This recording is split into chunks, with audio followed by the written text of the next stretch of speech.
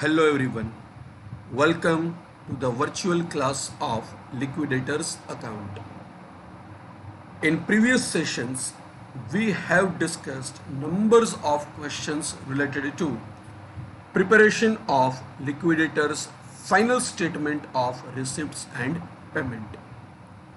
Today, in this virtual session, I would like to discuss a short question including calculation of unsecured creditors and preferential creditors. Before discussion of the solution of the problem, let us focus on the question. From the following information, find out preferential creditors and unsecured creditors. It is clear-cut mentioned by the examiner in the question that they need the figures of preferential creditors and unsecured creditors from us. So we have to focus on calculation of these two items only.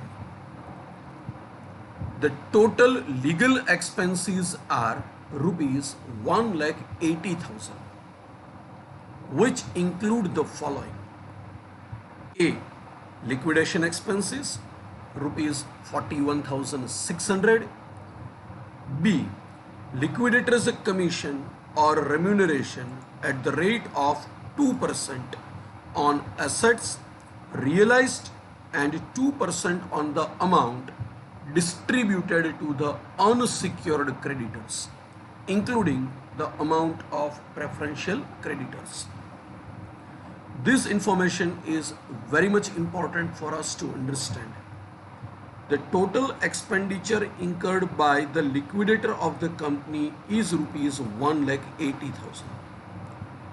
These 1,80,000 includes 41,600 given over here as liquidation expenses and remaining amount referred to as liquidator's remuneration.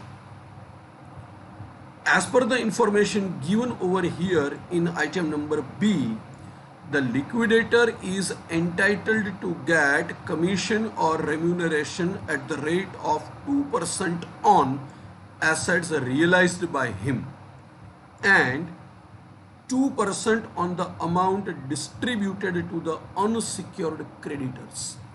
It means total legal expenses incurred in this question is rupees 1,80,000. Out of these 1,80,000, pure liquidation expenses paid by the liquidator to the third party is rupees 41,600 and remaining amount referred to as liquidator's remuneration. Now, what about liquidator's remuneration? The liquidator is entitled to receive 2% on the assets realized by him and 2% on the amount distributed to unsecured creditors of the company, including amount of preferential creditors. Number 2, bank balance is given as rupees 6 lakhs. Number 3, assets realized by the liquidator rupees 56 lakhs. Number 4, the preferential creditors are 10% of the unsecured creditors. From this information, you can easily correlate preferential creditors and unsecured creditors. As per the information given in number 4, the amount of preferential creditors are 10% of the unsecured creditors. It means that if the amount of unsecured creditors are rupees 100, the amount of preferential creditor would be 10% of it, that is 10 rupees.